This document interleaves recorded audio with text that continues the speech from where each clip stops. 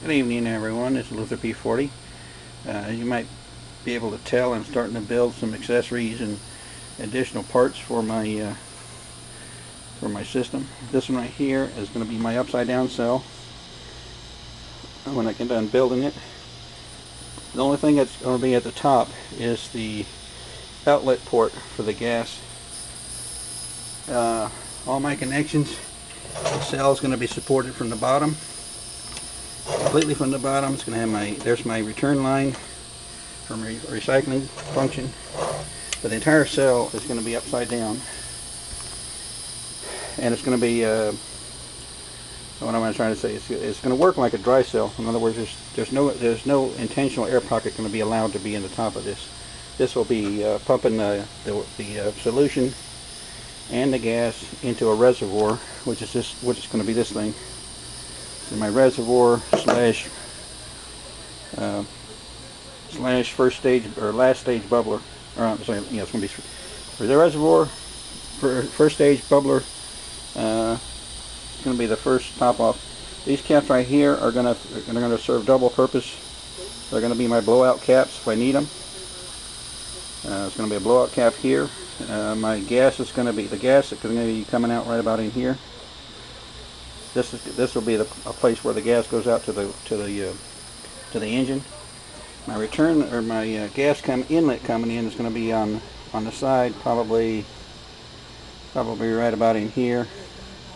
And the return line is probably going to be down at the bottom, or maybe down in the side here. I haven't quite worked out where I want it to be yet. So there'll be a return line going back to the cell, the incoming line coming from the cell, and there's going to be a gas line of some sort leaving the bubbler area. So this right in here will be where the HHO will be collected. There won't be any collected in the top of the cell. There's not going to be any pumps, and I'm going to use the convection of the cell itself to actually cause the circulation to occur. And if I decide that it needs to have a radiator, I want to put the radiator in the return line, so that the solution is going to be chilled as it leaves after it leaves the reservoir and before it re-enters into the cell. So it'll be cold solution coming up from the bottom. This is just going to be a standard bubbler, but also with a pop off on it. These are just standard bubblers. One of them is going to be for the car if I need it. So for all intents and purposes, I'm going to have two bubblers for the car. This one right here is going to be for my test bench. So basically, I'm having two complete setups: one for the car, one for the test bench. And like I said, what I can do with this one is I can keep on changing out my cells, trying out different ones until I find, if I find something better than what I have now, then I'll use it. And I built a second flame arrestor. Once I built one, I said, well, you can never have too many. So I built another one. This one is probably way too big. Actually, I've been thinking about. See, this one's a 4-inch tube. I'm thinking I'm gonna get one that's I'm gonna try one that's 3-inch.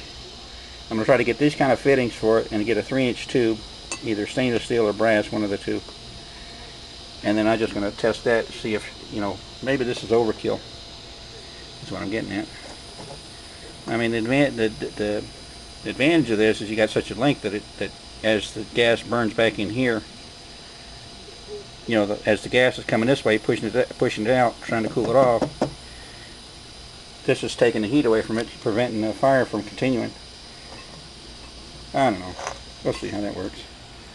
So I got bubblers, I got flash arrestors, I got upside down cells.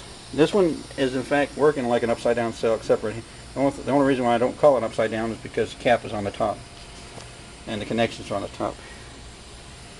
This one is going to be an upside down cell.